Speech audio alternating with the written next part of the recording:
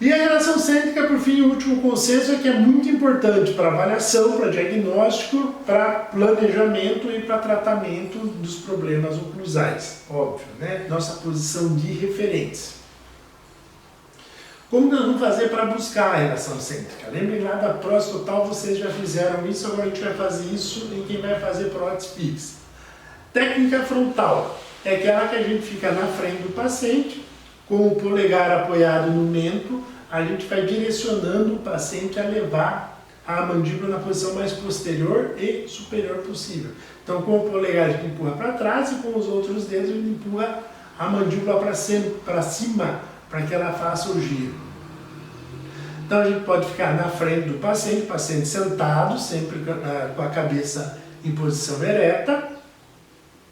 Lembre-se que você não pode forçar, porque toda vez que você fizer força para empurrar a mandíbula, vai haver uma reação do paciente com a tendência de jogar a mandíbula para frente. Então a gente vai ter que ser suave e guiar esse fechamento mandibular da paciente.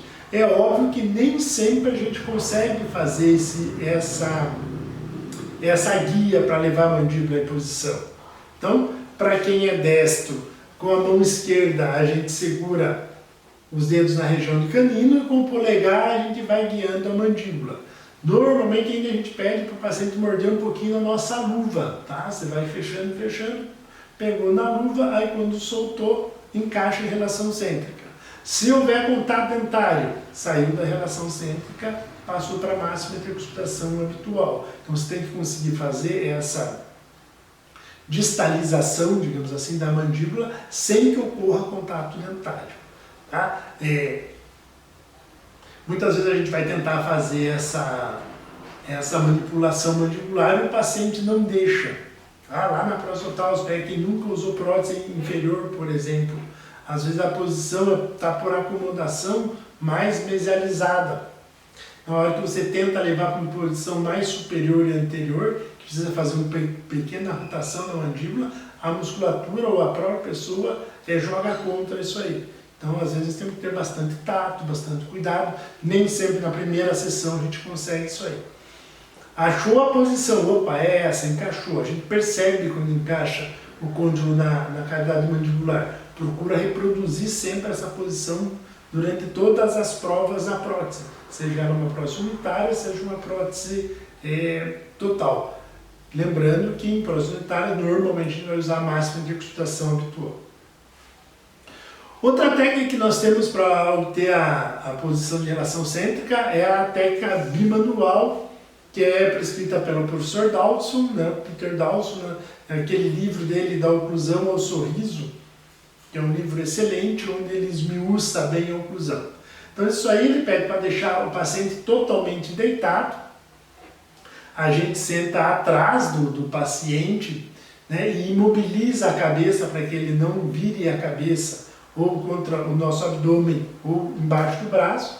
Com as duas mãos, a gente vai pegar no mento do paciente com o polegar e com os outros 3 dedos na base da mandíbula. Certifique-se que você posicionou bem os seus dedos em osso, no tecido duro. Aí você vai fazer uma leve pressão com o polegar para trás e com os outros 3 dedos para cima. Então aí imagina a anatomia da mandíbula, a hora que você faz esse movimento de empurrar para trás e para cima, automaticamente o côndilo vem para a porção mais anterior e superior da cavidade glenoide. Tá? Então isso é muito importante, posicionar os dedos da maneira correta, também é um movimento com suavidade, porque você não pode com que o paciente estimule a musculatura dele a abrir a boca. Né? Você tem que procurar um relaxamento, aí você faz essa movimentação e faz com que o côndilo se assente nessa posição mais anterior e superior da cavidade glenoide. Mesma coisa, isso aí, com o tempo a gente vai conseguindo, adquirindo habilidade para fazer esse tipo de movimentação e conseguindo discernir onde é a relação cêntrica e onde que não é. Tá? Às vezes você leva numa posição e fica na dúvida, depois vai e tenta de novo. Tá? Então essa posição bimanual ela é mais precisa do que a técnica frontal. tá? Mas precisa daí mudar a posição do paciente e um pouquinho de treino e habilidade. Quando, durante a execução dessas técnicas de buscar relação cêntrica, nenhuma dá certo, aquela que o paciente não relaxa, que a musculatura fica tremendinho, que o queixo fica tremendinho aqui na frente e fica rígido, você não consegue fazer manipulação e nem ele consegue te ajudar a fazer essa busca. Aí nós vamos precisar de desprogramadores oclusais. Que é isso, então nós vamos apagar a memória muscular, a memória de contato dentário que tem, e vamos buscar uma posição nova. Essa memória a gente chama de engrama muscular, então nós vamos criar um novo engrama muscular. Para desprogramar, a gente coloca qualquer coisa que tira o contato dos dentes, deixa ali por alguns minutos, alguns autores falam que 5 a 15 minutos é o necessário, pode ser até um rolinho de algodão. Aí você apagou a memória do engrama muscular antigo dele. A hora de contatar o primeiro dente, já criou uma nova memória de mordiba, de propriocepção. Então a gente desprograma e depois procura fazer a guia.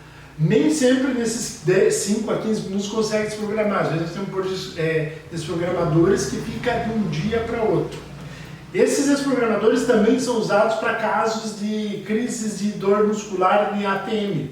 Então a gente coloca um jig, por exemplo, que é um tipo de desprogramador, e deixa de um dia para o outro, aí a musculatura relaxa, tira todos os contatos dentários do paciente. Então, vou falar mais para vocês do jig, que é feito com acrílico, e também das tiras de long ou leaf gouge. Então, qualquer coisa que tire a oclusão, a gente chama de desprogramador oclusal. O jig de lucha, o placa de proteção, ou essa placa que vai escrevendo, a gente chama de front platô, ou até um rolinho de algodão já te ajuda a desprogramar. Se o paciente responder bem com o rolinho de algodão, ótimo. Se ele não responder, a gente vai deixar um desprogramador por mais tempo. Tá? Às vezes deixa um dia, o paciente vai embora, volta no dia no consultório, porque você não pode deixar ele por muito tempo. Por exemplo, colocar um jig ou uma front platô no paciente, e ele vai embora e volta dali um mês para o consultório. Aí você vai alterar toda a oclusão dele, porque ele vai ver extrusão do dente posterior, até um pouquinho de intrusão dos anteriores, e aí você arruma um outro problemão. Além de não conseguir achar a relação cêntrica, você vai ter mais problemas oclusais. E sempre um exercício de repetição para fazer essas desprogramações. O jig é um aparelhinho de acrílico que a gente pode fazer na hora, na boca do paciente, desde que a gente consiga fazer um stop com 2 ou 3 milímetros de abertura, depois manipula o acrílico, isola os dentes e pede para que o paciente oclua. Depois com uma broquinha mais útil, a gente desgasta e deixa como se fosse um plano inclinado ali, para que ele toque só os incisivos e desoclua todos os dentes. Incisivos tocando no jig, não em dente. A front platô tem mais ou menos o mesmo mecanismo de funcionamento, também uma plaquinha de acrílico de canino a canino. Normalmente a front platô a gente não consegue fazer direto à boca. Você tem que montar no articulador, fazer um registro de mordida, abrir 2 a 3 milímetros no articulador semi-ajustável e construir o front platô fora da boca. O rolinho de algodão normal. E o leaf gouge, que são as tiras calibradoras de long, são tiras de uma lâmina de plástico, assim, tipo um acetato, que elas medem 0,1 milímetro cada lâmina, então elas vêm numeradas, vem até 5 milímetros, de 0 a 50, e você vai aumentando progressivamente essa distância entre os dentes. Quando você chega numa distância de 1,5 a 2 milímetros entre as cúspides dos dentes, você marca, vai lá, por exemplo, você usou 33 tiras para fazer isso aí, você marca a altura do paciente é 3,3 milímetros, e aí sim você confecciona o seu dispositivo para desprogramar a oclusão no articulador, usando como referência as tiras calibradoras. Aí você pode usar uma placa de cobertura total, uma placa de cobertura parcial, mesmo um front platô, e até fazer um jig de maneira indireta. Terminado a relação cêntrica, vamos passar para a máxima, que é a auscultação habitual. Então, quando nós temos referência de dente, nós vamos usar essa posição de oclusão. Então, quando ocorre o maior número de contatos possíveis entre os dentes superiores e inferiores. Essa é a máxima intercuspidação habitual.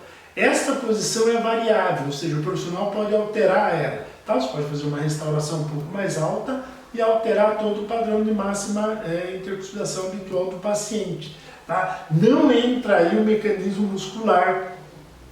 Tá? Então, nós fazemos com que a musculatura se adapte à posição dentária e não mais o músculo leve o côndilo à posição mais confortável do paciente. Tá? Então, essas são as diferentes. Por isso que tem que ter estabilidade de oclusão. O que é estabilidade de oclusão? O paciente morder sempre exatamente no mesmo lugar. Tá? Ou, no máximo, uma diferença de meio milímetro de uma posição para outra, que é a posição, assim, a diferença aceitável. A hora que mais ocorre contato entre os dentes é durante a deglutição, ou, segundo alguns autores, somente há contato dentário quando a gente vai deglutir.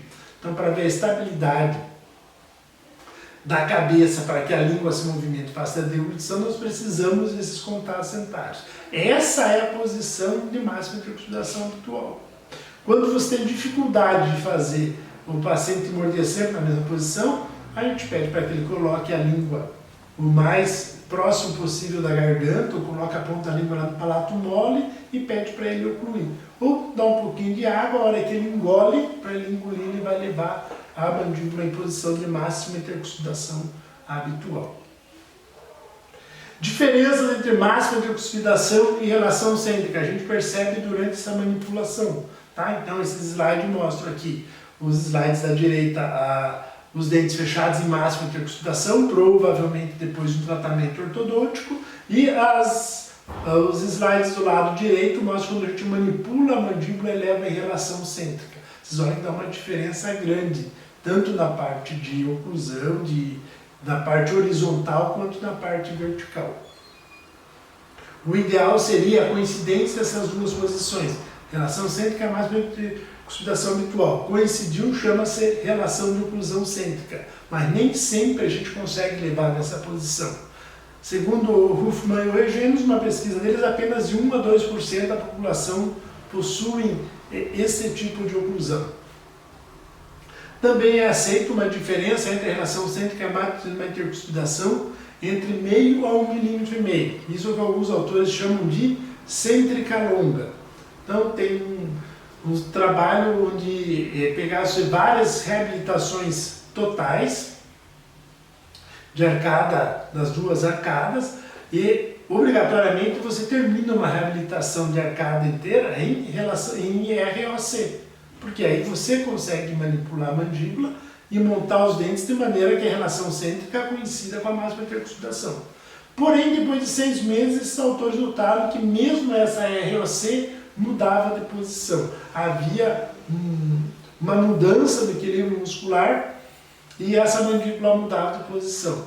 Então, para eles não dizer que eles estavam errados, eles criaram um novo conceito, que foi o conceito de cêntrica longa, que é quando essa diferença entre a relação cêntrica e a máxima intercuspidação fica entre meio a 1,5 mm. Tá? E a conclusão deles é que a estabilidade oclusal é muito difícil de ser mantida.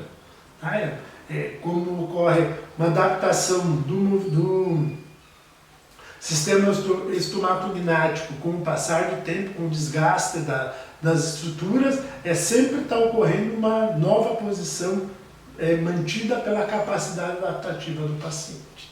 Tá? Então, vocês vão ver que o número de pacientes com problemas oclusais que têm sinais e sintomas é muito pequeno perto do tanto de diferenças de padrões oclusais que a gente encontra nas clínicas.